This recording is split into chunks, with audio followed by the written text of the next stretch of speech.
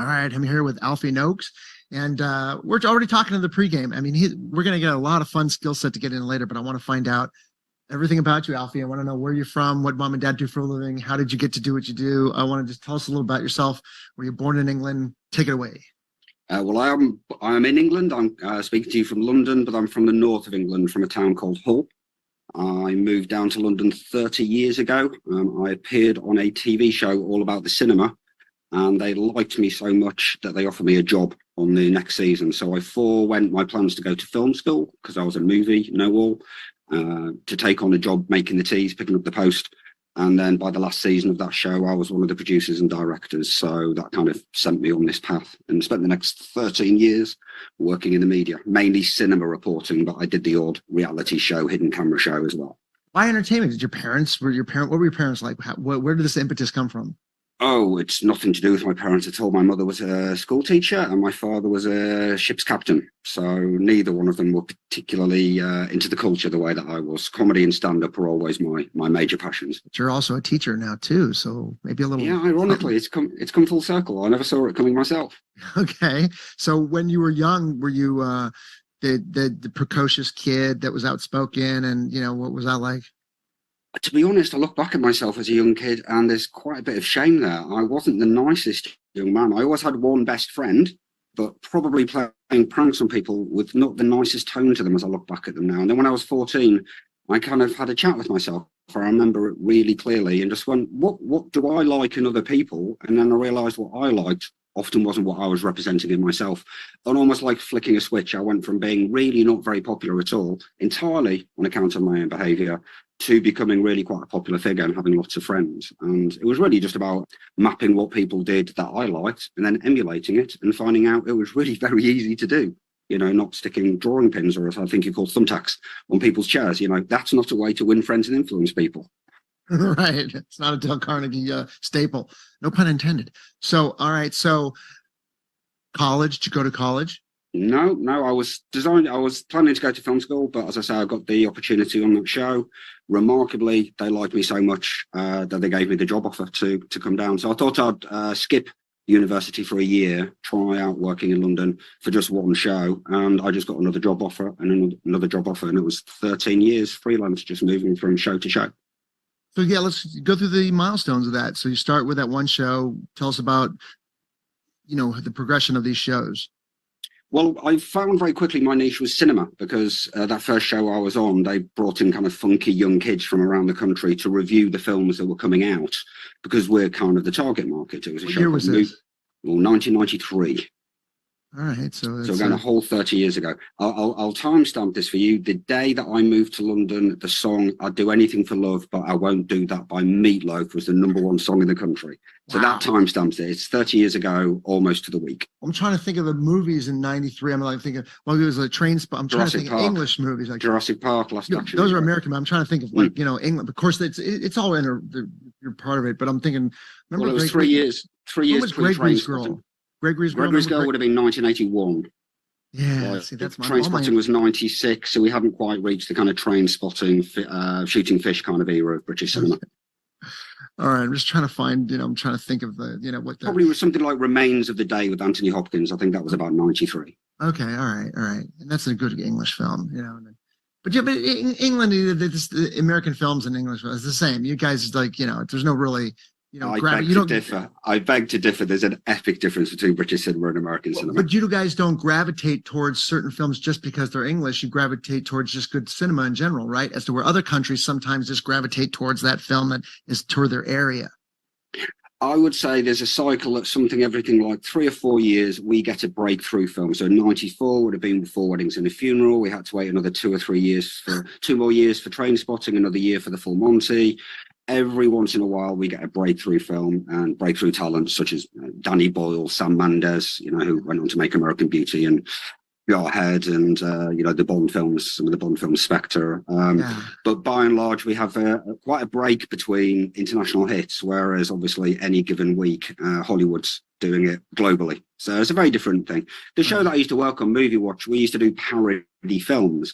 So we used to do, obviously it didn't cost 50 quid. But the idea was how to make a British youth movie for 50 quid. And then we'd make a parody of Train Spotting, this awesome Scottish film called the small faces that came through at the same time, and then how to do a parody of a British costume drama, something like Remains of the Day, Sense and Sensibility.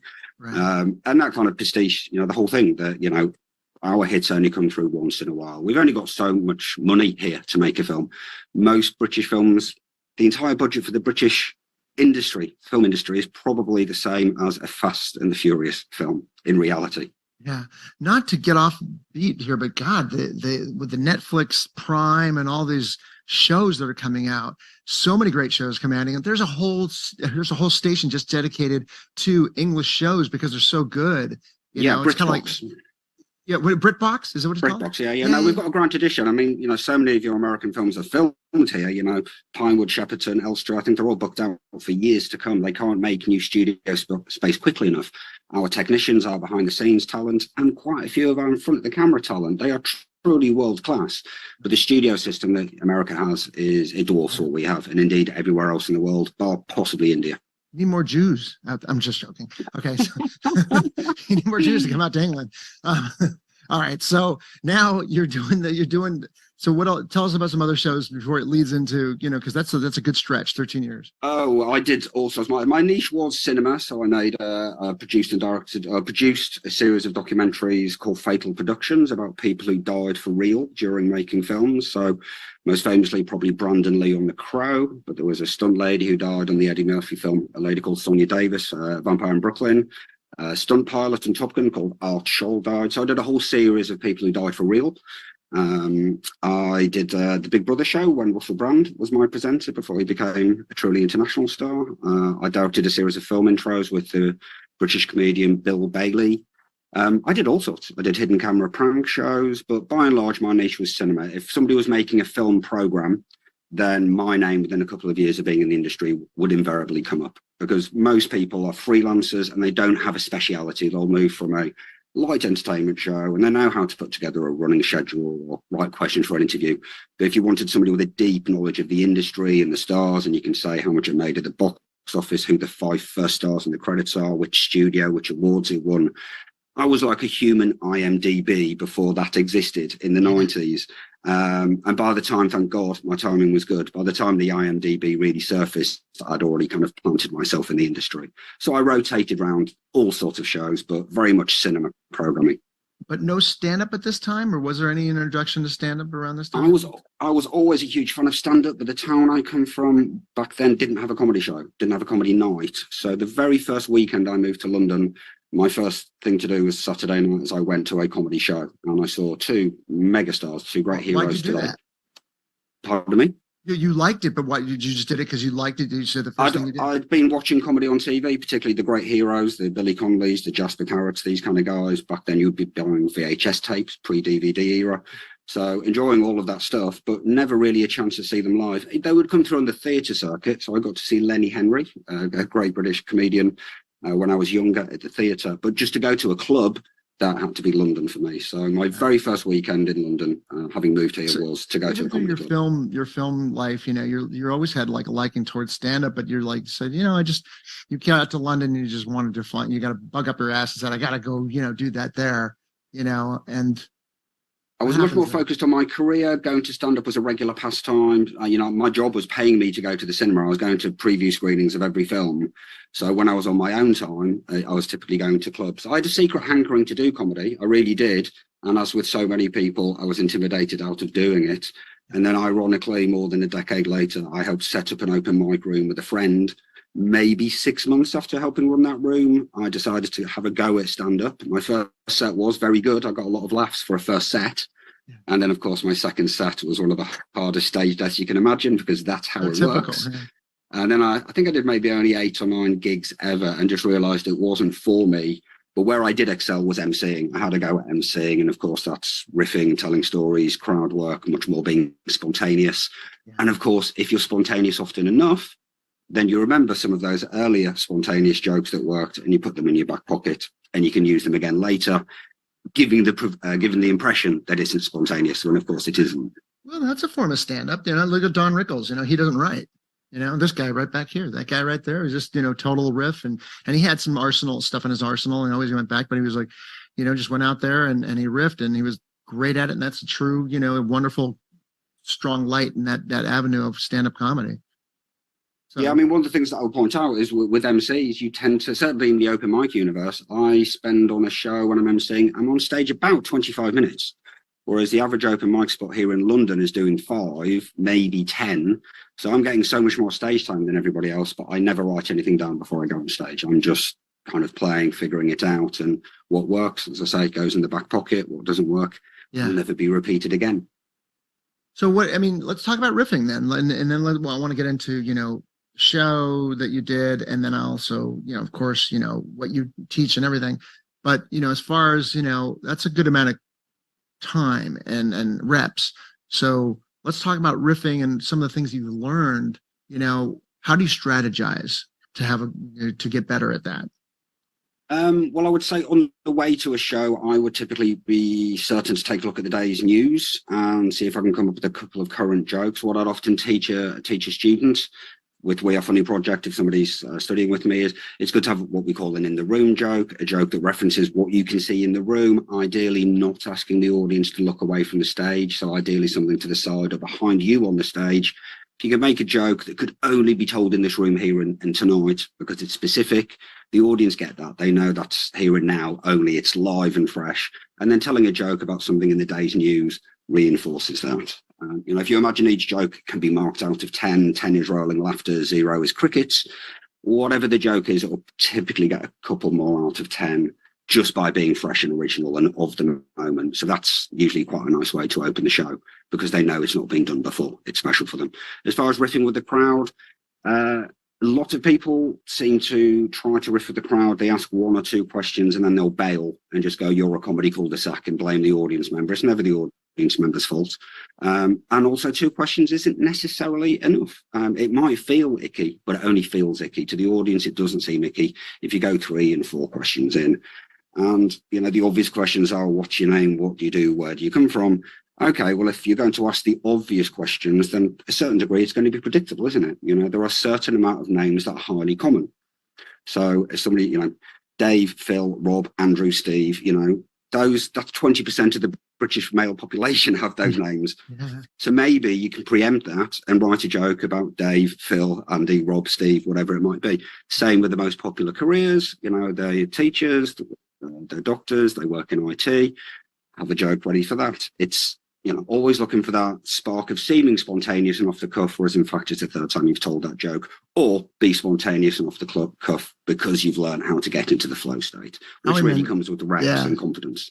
Howie Mandel had one of the greatest name jokes in his back pocket. He had it. He didn't think of it in the fly. Of course, people thought he did. He's like, "What's your name?" He's like, "Bob." He's like, "Oh, but you spell it backwards." I was like, it was like, it's such a. Whose joke was that? Sorry. That was Howie Mandel from like 1984 or 85. Okay. Yeah, I remember hearing that. I was like, that's clever. Now it's probably nothing but now, but back then it was like, it was cute. So I think Dice Clay used that in his film The Adventures of Ford Fairlane. Bob and Neil. No, it was a spin on that joke, but yeah. I'll let people watch the film. I won't try and recount it here. I'd never do it justice. Okay. Yeah, I think Howie was doing stand-up before Ford Fairlane, but then, God, who knows? I mean, yeah. Now, this is interesting. We're talking about this in pregame. You were talking about Joe Rogan, and how he made a name for himself, confronting Henry Mancilla, for stealing, Was that Carlos Mencia?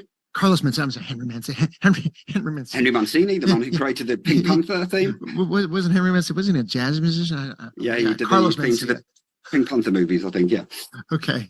So yeah, Carlos Mencia. And then that was a great moment. And now you see what he's doing, let's talk about some how do you think things have changed, since you've been, teaching stand up, the writing and everything and all this, everything that you've seen throughout the past 20 years. How do you think things have changed? Well, obviously, culturally, things have shifted forward, and topics that came through before will have to be addressed in much more particular tones. We've got social media. That's the big difference, where people can take something in or out of context. It depends. I get kind of disgusted at things being taken out of context.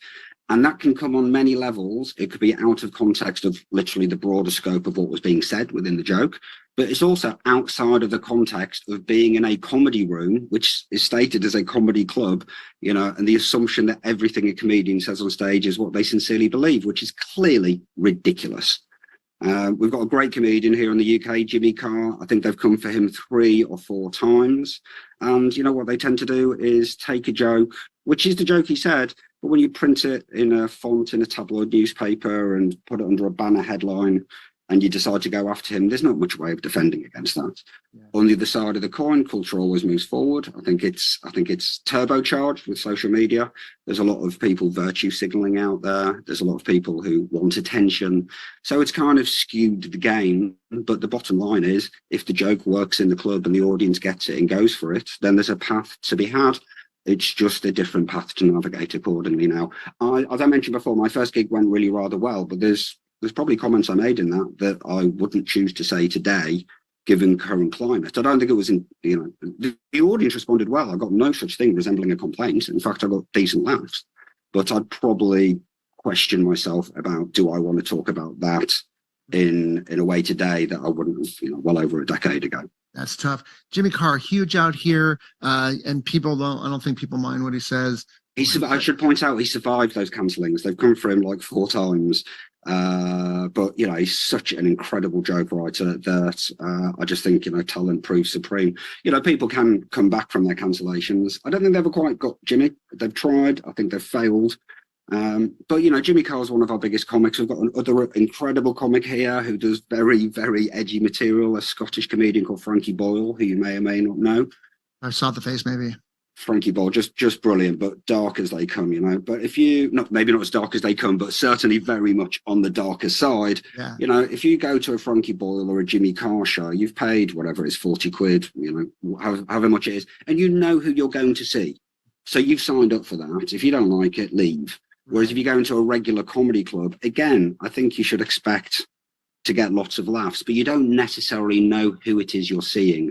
You're just going there on the assumption that these are kind of experienced comedians who are proven at getting laughs. And in a typical bill of 3, maybe 4 people, maybe you won't like one of them, but you probably will like the other 3. Doesn't mean to say you should jump on the internet and start complaining about it. Maybe you just go to the bar a little bit longer, or you just shut up and wait 20 minutes for the break and wait for the next comedian.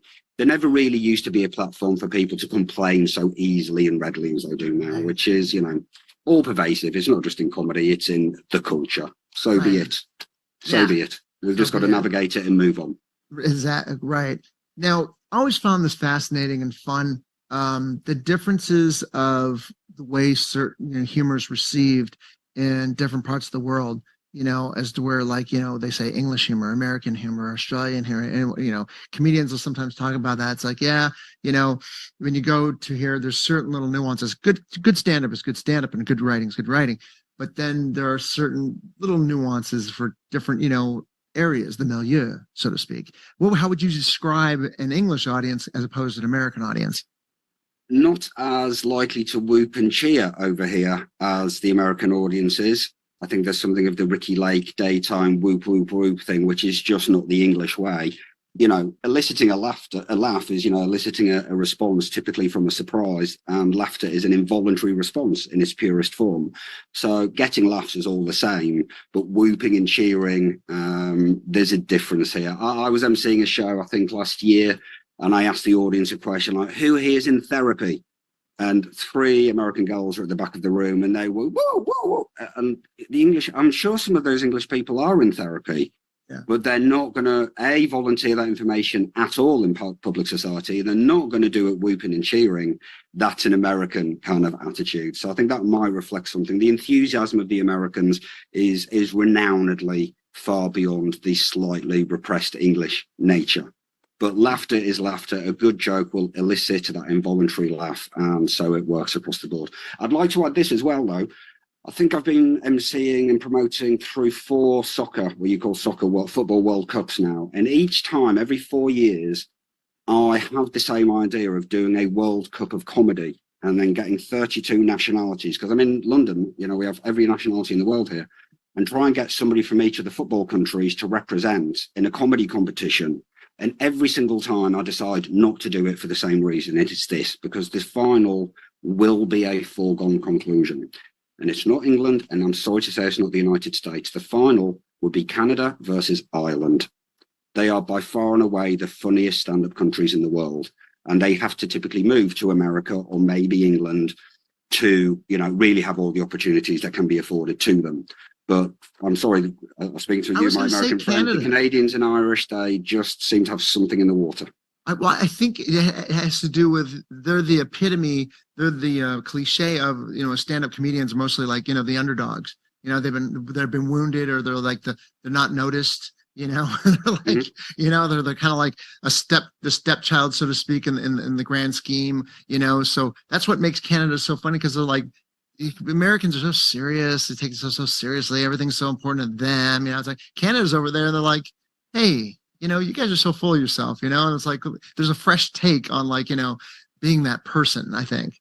Well, of course, you'll be aware in comedy there's the whole notion of status. So, you know, if you walk onto the stage, brimming with confidence, almost condescending to the audience, talking down to them, that's very, very high status. I always use Bill Hicks as an example here. You know, it makes the audience strap in and go, okay, I better listen, because he's obviously got something powerful to say. And if you do, fantastic, that makes for a really quite extraordinary show. But if the material is an A game, then you're going to fall, and you're going to fall hard. So most open mic comedians tend to, by default, even if they're not even aware of the concept of status in comedy, will typically play to a lower status, at least till they've found their feet after a couple of more years in the game. And then they realize they can start elevating their status. So open mic comedians tend to come in quite low. And then, you know, really, as you know, as a comedian yourself, you really want to play with that status. You want to tell a story where you're winning, you've just been promoted, you're about to get married. It all falls apart, and then your status falls. You bring the empathy of the audience in on the side, and then you do the reversal, get the laugh, and bounce your status back up. It should be something of a roller coaster rather than just being in one place. Again, talking about marks out of 10, high status being 10. There's a great comedian here, Simon Evans. I'd say he's very high status. He would walk on stage and go, "You're probably trying to detect what the accent is. It's educated." You know, that's a high status way to open a comedy set. But after that, the audience is like, okay, all right, I'm dealing with a certain figure here.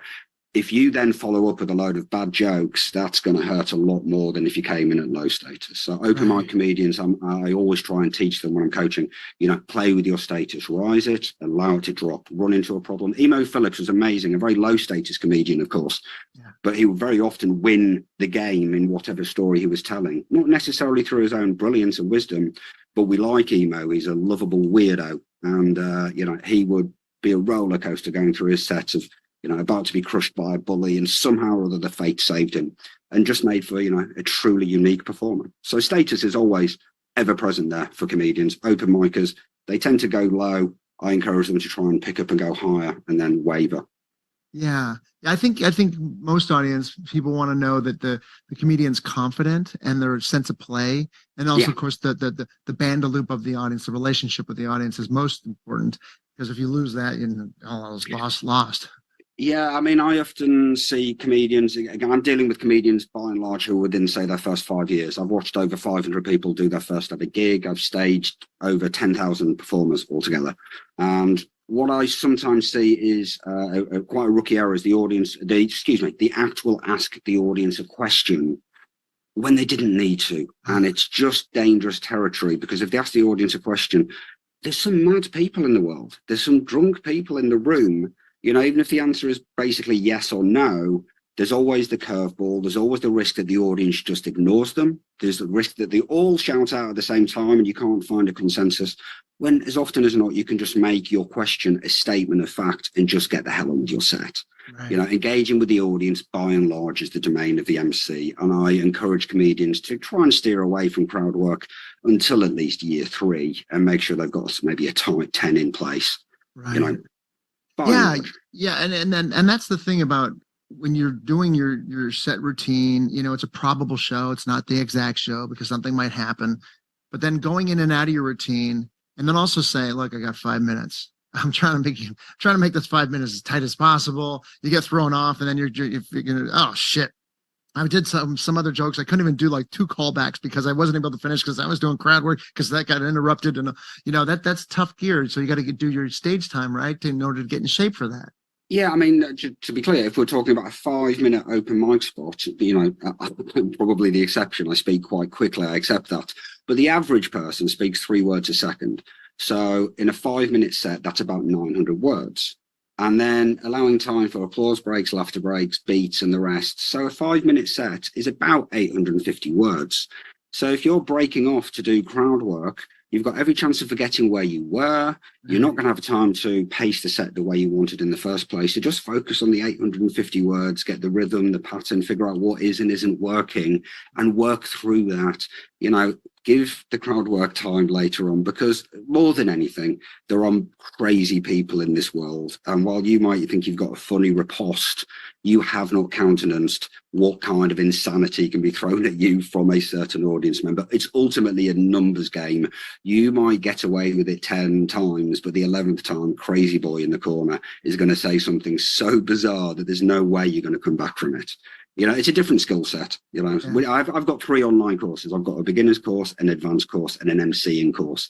And I made the MCing course in between beginner and advanced, specifically so I could address things like crowd work and riffing and so forth, because I could see so many people barreling into this, and it's just a danger zone for them. And I just don't think enough newer comedians understood it. So that's why I made MCing before I even did advanced. You know, let's talk about a comedian's voice, because that's so important, you know, because a lot of times, like, you know, there's a guy named Eddie Brill. He's a booker for the Tonight Show back in the day. Mm-hmm. And they would look for, you know, they're looking for good comedians, but they're also looking for somebody that is confident with their voice. It has to be authentic. You know, even Anthony Jeselnik, or, you know, a guy like Emo Phillips, that's a part of their voice. It's not a complete part, but they found their voice, you know, that little microcosm of it. You know, character, in fact. Yeah. But it seems to be natural. It works for them. It's limiting, you know, sometimes, but hey, you know, people are looking, you know, a lot of people are looking for, you know, a lot of clubs are looking for, you know, a lot of, you know, likes and comments and shares and followers for their comedians, you know, because they want popular people coming to their show, the place to pack it. But as far as, you know, getting booked and getting noticed, it's finding that voice, and then it's being original. How do you navigate that with your students? And how is that is it even teachable at that point to try to fast track that, to try to find a unique essence? Yeah, it's really easy. It really, really is dead easy. It's almost, have you heard that kind of image, story about like the sculptor who creates a beautiful sculpture out of stone, and then they say, oh my God, how did you do that? It's amazing. He went, well, it was always there. I just chipped off the rough pieces. Every comedian has to be entirely themselves. Now, they might decide to, it's the case of finding out who they are and then maybe ramping up, exaggerating certain elements. But very often I would suggest that if somebody wants to get a start in comedy and they're not sure what makes good material, is just think of your firsts and your worsts. You know, your worst date, your worst holiday, your worst meal, the worst thing anybody ever said to you. Okay. And just jot them all down. There you go. You've got your first and your worst. I've never heard that. That's wonderful. Yeah. Think of your first and your worst. Yeah, your first job, the first time you had sex, first time you had your heart broken. This is all fertile material. It's automatically fascinating to people. And that's more, you know, half the battle, to be interesting. I would argue it's better to be interesting first, and then you can add the jokes and the funny later and build upon them, than to be actually boring and, you know, drop a couple of decent punchlines in the set. So basically, to be a decent comedian, just identify who you are. It's specifically your take on the world, which is why I get criticism from certain quarters about having courses saying you can't teach funny. I'm like, I can teach funny, yeah. There's no question about that. The results are all around me. I can teach funny, yeah. And then if they apply a work ethic to it, then it can be taken as far as they can take it. I don't believe I could create a natural jokesmith like Jimmy Carr, you know, who's just an incredible writer. But Jimmy Carr also did every single course and read every book on comedy, and is very open about that in the years before he became, you know, a world-class comedian. So in answer to your question, it really is about being oneself, looking for one's unique take on the world. If you want material, walk around with a notebook and identify what annoys you. Okay, there you go. There's another 50 premises for you in a week. Mm-hmm. And then, you know, just find some joke writing structures and away you go. So I think everybody has the opportunity to have their own unique voice. It's just a case of being honest. Yeah, you know, boom, honest. I was just going to say, I think that's the journey. It's like there was a show out here, maybe you remember it, called, and this, I always refer to this, I don't know why, maybe it's the romanticism, but it's called Kung Fu with David Carradine. He was like wandering the earth. Yeah, I remember the show. Yeah. You remember that show? Yeah, Grasshopper. Yeah, that's right. So they had it over there. And I look at comedians like that. They're searching for the truth and honesty, because that's really what's going to make them a better artist. But the intellectual knowledge and the physical knowledge between those 2 points are very vast, because in order to earn that consciousness level of like naturalness and really who you are is so hard to attain. It takes working out, right? What are your thoughts on I that? sincerely believe it isn't hard at all. I think it's a classic case of when people want something deeply, they believe, and I understand this because I've done it myself, I really do. They believe unless it's really hard and painful and, the wretched artist's path, then they're not doing it properly. But as I've just suggested, if somebody wants to come up with a load of ideas for material, then they just have to, write down those first and worsts, break them down. 3 of those notions: worst meal, worst date, first time having sex. That's enough material for a 5-minute set, and you're off to the races. And there's no way anybody else's firsts and worsts are going to be the same as your own. So there you go. People are trying too hard. Very often, of course, they're emulating their own comic heroes. Classically, if a band were trying to form, certainly back in the day, pre-internet, you go to the music store, we're looking for a bass player. Our influences are Fleetwood Mac, The Smiths, whoever, Right. The amount of people, when I began, the amount of people that were channeling Russell Brand and Eddie Izzard was insane. Every third comedian was a knockoff of their form. I haven't seen so much of that in the last few years. New acts are rocking up, doing it, more true to themselves, I find. But I think people are often trying too hard in the wrong direction rather than taking relatively simple advice and solutions, which is hopefully what I've packed into my courses and my books. And then once they've got that information, they can just pick up the ball and run just by reflecting on their own life and, making their own observations with what they see in the outer world, whether it's on their own high street or on geopolitical issues, whatever they choose. Yeah. Where are you at today? What's on your table? What do you got going on? Right now, I'm getting ready. We've just, the Edinburgh Festival is happening here in the UK, well, specifically Scotland is happening, which means almost every comedian in the country and around the world has run up to Scotland for the month. So we take a break now. I'll be returning our shows next month, September the 12th, I think. And then I'm about to release a new book, 8 Ways to Turbocharge Your Stand-Up Comedy. In fact, I'll be giving that away free on the website. And yeah, just coming up probably 2 new formats of comedy shows. I hope to get started early next year. We Are Funny Project has, I think, 14 different formats of show we've created over the years, but I want to pick up a couple of new ones and start kind of freshening up what we're doing on stage, because at the end of the day, there's only so many comedians telling so many jokes. It can get a little bit repetitive. So hopefully give the comedians some new challenges and give the world some new jokes by virtue of their talent. Give us a little taste of turbocharging your stand-up comedy. A little bit of that. A little bit. It actually began with a series of blogs. I think it began as 7 ways, and then I wrote 5 of them, and then realized this is actually better than I realized. So I sat back from it and I expanded it and edited it, and I thought, no, there's another one here that I should have included. So it's a countdown of 8 ways to get better at comedy, some of which directly harken to what the We Are Funny project offer, because it's workshops, online courses, watching comedians, and actually taking stage time, because of course we put on the shows. So I think half of the things is literally what We Are Funny project offers. I named it that 13 years ago, project, because I always knew it would be something that would evolve. It wasn't just going to be a regular open mic night. I would be seeking to bring extra elements to it. For example, our workshops here in London begin next month. My clowning workshop is taught by the wonderful Dave Thompson, who was Tinky Winky in the Teletubbies. Scott Capurro, one of your fellows from California, but lives here in the UK. He teaches the Punch Up Your Stand-Up workshop. I teach comedy storytelling and emceeing. So yeah, bringing the workshops back next month. That's one of the 8 on the ebook. If you want the other 7, I've hinted at 2 or 3 of them here anyway. Just join the mail, and it should be available in a couple of weeks. What do? You do 6 weeks or 5 weeks, and then you do on the 6th week you do a performance show, or what do you do? I'm sorry, say that again. I'm sorry. You do like 5 weeks of classes, once a week, and then you do like on the 6th week you do a performance show, or what? How does it? I steer very far away from the week in, week out courses. Again, I've actually got a blog of this on the website, because I find from what I hear is about the dropout rate is about 50%. People in London are really busy. So if you need to commit 6 or 8 weeks in a row, let's say 2 hours every Wednesday night, something between work and family is going to happen, and they don't finish the course. So that's partly why I created the online courses. The first 2 were made in lockdown.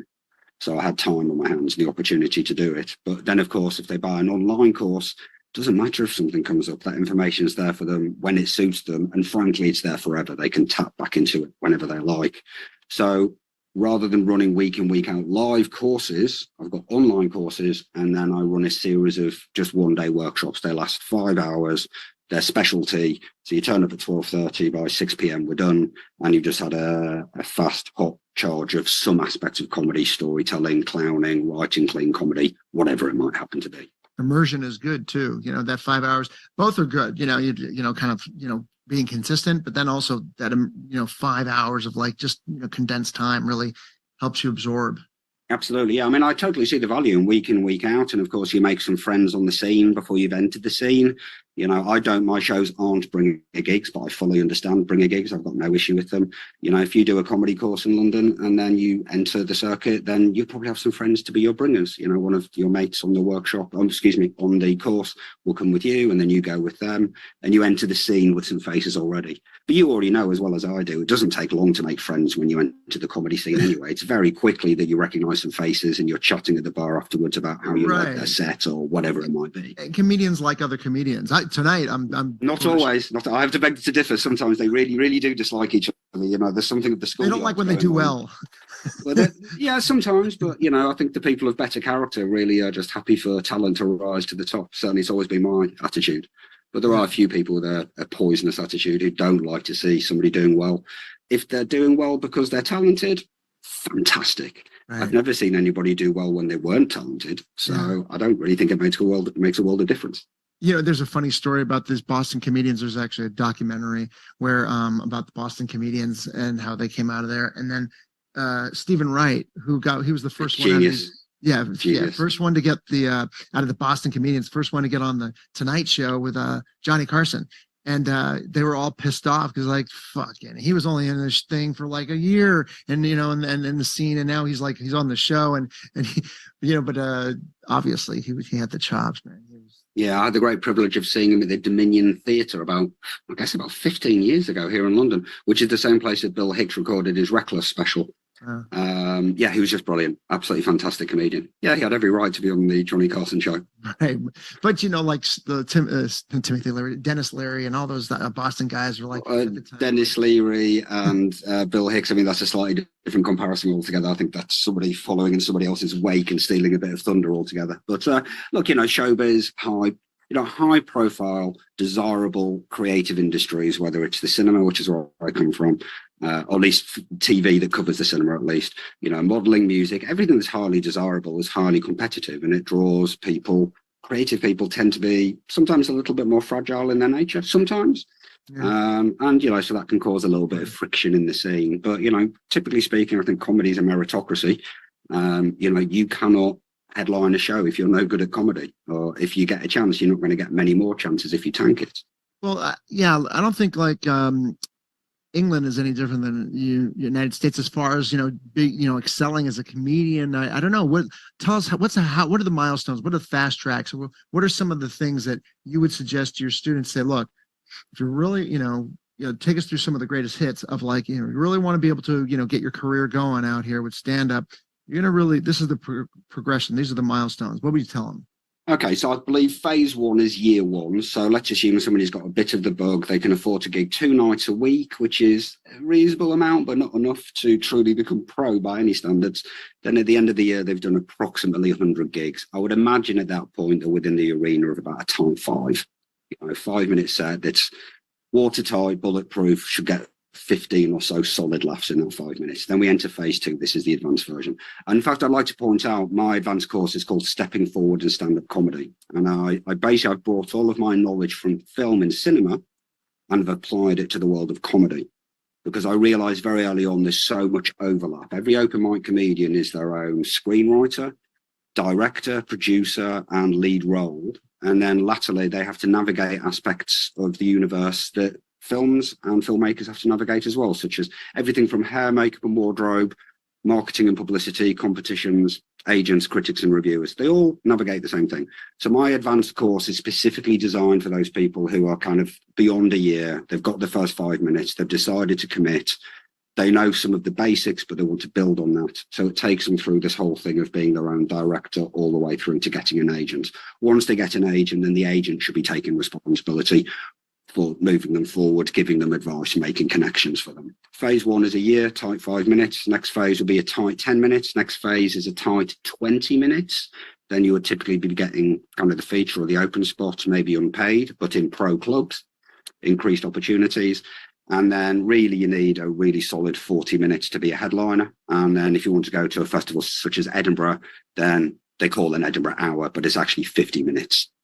And obviously you're going to likely be reviewed and you have the opportunity to be quote unquote discovered. Though sometimes I question just how valid that dream is for a lot of people. Like a psychologist hour. It's like, this is a 50-minute hour. It's like, really? So I'm going to write you I'm going to write you like a $90, $100 check. That was an old joke of mine. I used to say, I was like, what are you at 50-minute hours? Did you know the full hour? So the Edinburgh hour is 50 minutes instead of a full hour. Yeah, I think they just literally need 10 minutes to kind of turn the room over, get one audience out, and then make space for the next one to come in. I can see the logic behind it. Okay. But yeah, an hour isn't necessarily an hour. Got it. What a wonderful treasure trove of information you gave us today. This is great. I think the one thing, sometimes when you make a snappy aphorism, it sticks. And I think first, what was it? First and well, it doesn't stick. First and worst. Well, I got the ADHD. So first and worst. Okay. Yeah. I like that. Tends to be fertile ground for coming up with kind of comedy premises. The first time you do something is often the worst time you'll do it. So there's, people like laughing at other people's misfortunes. We all know it. We've all taken a vacation, for example. And if you come back and go, oh, I had a wonderful romance, the food was brilliant, look at my suntan. Nobody asks you anything. They don't want to hear anything more. But if you come back and go, I was mugged, I had food poisoning, and I've got 2nd-degree burns from the sun, everybody wants to hear more about your nightmare. So there's, something to be understood in that. And, telling your stories of woe is typically quite entertaining to other people. You add a little bit of exaggeration or evocative description to that, so much the better. Alfie, great stuff today, man. I love it. Just, you love to teach too, just like your mom. I really do, yeah. Yeah. I didn't realize I found myself be here as a comedy coach, but I really, really do enjoy it. I could tell. I love it. It's wonderful. Tell everybody how they could find out more about you. Pretty much everything's at wearefunnyproject.com. We've got some other social media that some of my lads run, but it's all at the website really. And if you join the mailer, you could get the current free ebook, 8 problems comedians run into and how to handle them. But in the near future, that will be changing to the turbocharging your stand-up comedy book. So it's all there at the website. It sounds like great fun. I'm looking forward to coming out there one day and meeting you and hanging out there in the scene out there in England. Let me know, my friend. I'll sort you some stage time. Oh man, that's hard. That's hard to not come out there sooner. Thank you. Every comedian, that's like drugs for a comedian. Oh, really? I'm going to keep that in my back pocket. I'm going to call that guy. All right. Thank you so much. A pleasure. Thank you for having me. Take care, my friend. Pleasure. All right. Have you guys been to longshotleaders.com? That's where you can check out all of the guests and the bios and the backgrounds and more. Also, if you haven't done so already, subscribe to the podcast on Apple or Spotify or wherever you get your podcasts. And if you like what we do, give us a good rating. Tell your family and friends to come by and listen. It's going to make you feel nice and toasty inside. Every week, we'll be delivering knowledge, creativity, inspiration, exasperation, perspiration. If it ends with a shun, basically, you're going to find it here. All right. Thank you for joining us. And in the great words of Bill Murray in the movie Caddyshack, friends for life, I say.